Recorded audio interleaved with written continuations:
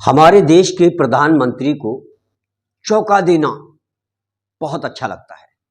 ये उनकी आदत में शुमार हो गया है कि देश को एकदम से चौंका देना।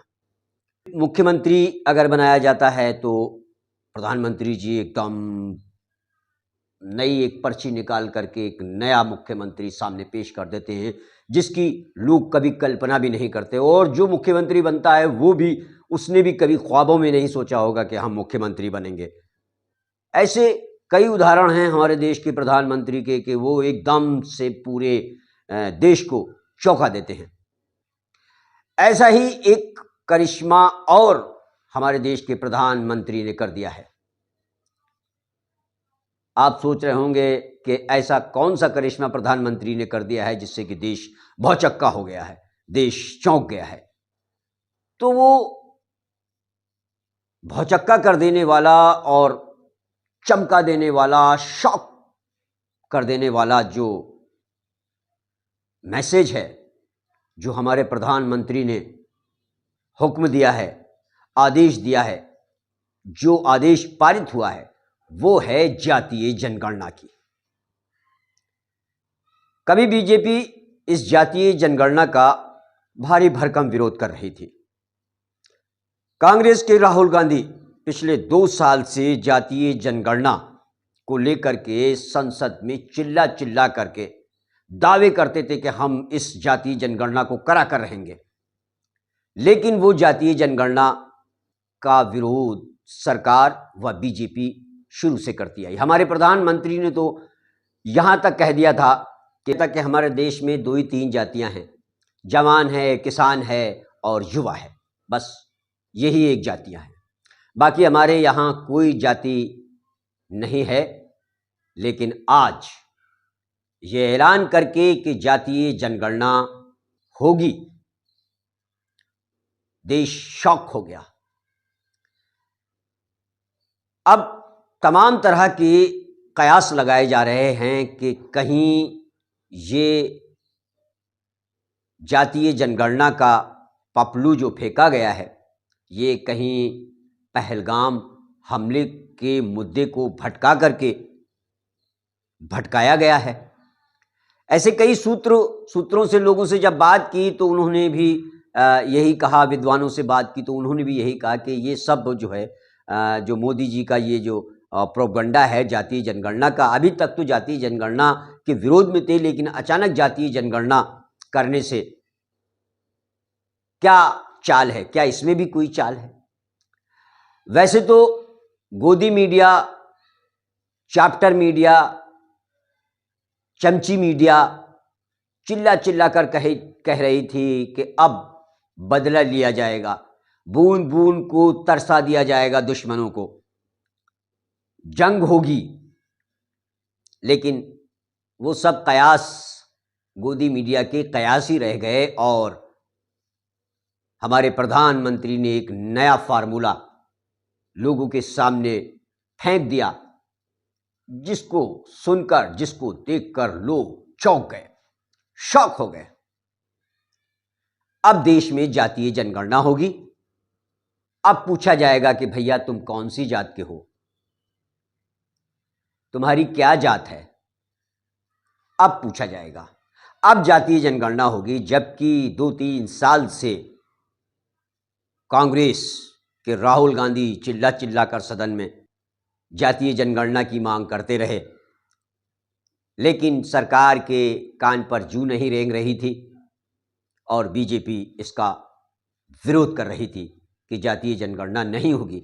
लेकिन अब मोदी जी के इस फार्मूले से पूछा जाएगा कि भैया आप कौन जात के हो। एक तरफ तो हमारे उत्तर प्रदेश के मुख्यमंत्री योगी जी चिल्लाकर, दहाड़ कर कहते कि बटोगे तो कटोगे।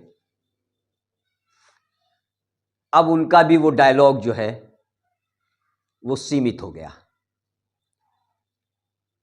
अब वो भी नहीं कह सकते कि बटोगे तो कटोगे, क्योंकि अब वो भी पूछेंगे भैया कौन जात के हो। अब योगी जी भी पूछेंगे कौन जात के हो। अब कयास ये भी लगाए जा रहे हैं कि दो बड़े चुनाव आने वाले हैं। 5 महीने बाद बिहार में चुनाव हो रहे हैं, जिसमें कि पहलगाम हमला हुआ और उसके तुरंत बाद ही मोदी जी बजाय कश्मीर जाने के, ये कई लोग सवाल कर रहे हैं, एक मैं नहीं कर रहा हूँ, ये कई लोग सवाल कर रहे हैं, बुद्धिजीवियों ने भी सवाल किया है। और ये सोचने वाली भी बात है कि जहाँ कश्मीर में जाना चाहिए था वहाँ कश्मीर में ना जा कर के, पहलगाम में ना जा कर के, घटना स्थल पर ना जा कर के, हालांकि गृह मंत्री गए लेकिन हमारे पीएम माननीय प्रधानमंत्री जी वहाँ नहीं गए। वो पहलगाम के जाने के बजाय वो बिहार में अपनी जनसभा को संबोधित करने के लिए गए और वहाँ उन्होंने बड़े बड़े ऐलान किए। तो गोदी मीडिया उनके उस ऐलान पर इस तरह से चिल्ला रही थी कि हम पानी रोक देंगे, पानी को बूंद बूंद के लिए तरसा देंगे।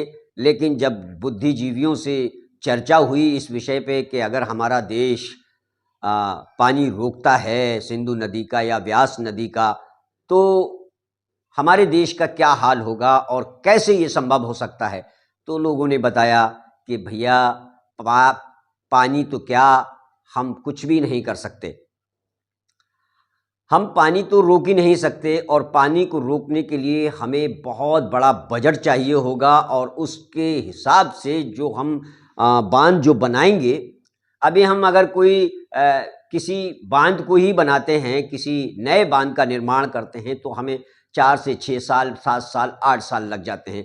लेकिन पाकिस्तान की तरफ पानी न जाए उसके लिए अगर हम बांध बनाते हैं तो हमें कम से कम 20 साल लगेंगे उस काम को करने के लिए, और इतना रुपया लगेगा कि शायद वो बजट हमारे पास में अभी नहीं है।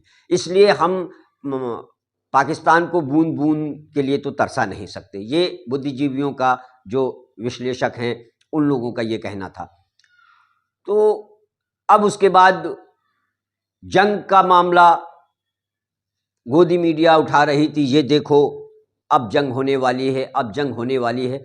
तो अब कयास ये लगाए जा रहे हैं कि ये जो जातीय जनगणना का जो फार्मूला पेश किया गया है, ये जो अभी घटना घटी है जिसमें हमारे देश के 26, 27, 28 जो भी हों, अभी पक्का उसका वो भी नहीं आया है कि कितने हुए हैं शहीद। कोई 26 बता रहा है, कोई गोदी मीडिया 26 बताती है, कोई 27 बताती है, कोई 28 बताती है। 28 लोग शहीद हुए हैं। उस मुद्दे को देश ने बहुत ही सर पर उठाकर रखा। शायद उस सर पर जो उठाकर रखा है उस बोझ को, जो देश के लोगों के सर पर ये पहलगाम हमले का जो बोझ लदा हुआ है, जो सवाल लदे हुए हैं, उन सवालों से कैसे बचा जाए, शायद उसका ये एक तरीका मोदी जी ने निकाला है। वैसे मोदी जी तो अपना निर्णय देने में हमेशा ही शॉक कर देते हैं। अपना जो निर्णय देते हैं वो फिर निर्णय किसी का भी हो, पहली बात तो बहुत जल्दी कम बोलते हैं, और जब बोलते हैं तो फिर वो ऐसा शॉक करने वाला बयान जारी कर देते हैं कि उससे लोग शॉक हो जाते हैं। अब ये जातीय जनगणना का जो फार्मूला सामने आया है कि अब जातीय जनगणना होगी, तो ये भी एक बहुत ही शॉक कर देने वाला मामला है। मैं तो भैया एकदम सुनकर शॉक हो गया कि कल तक मोदी जी और मोदी जी की सरकार और मोदी जी की पार्टी बीजेपी के जितने भी नेता थे वो जातीय जनगणना के विरोध में थे, अब एकदम कैसे मान गए और ये जातीय जनगणना का निर्णय कैसे ले लिया गया। तो मैं तो भैया बहुत शॉक हूँ। क्या आप शॉक हैं? हमें कमेंट्स के माध्यम से ज़रूर बताएं। मैं अरशद वारसी, नमस्कार।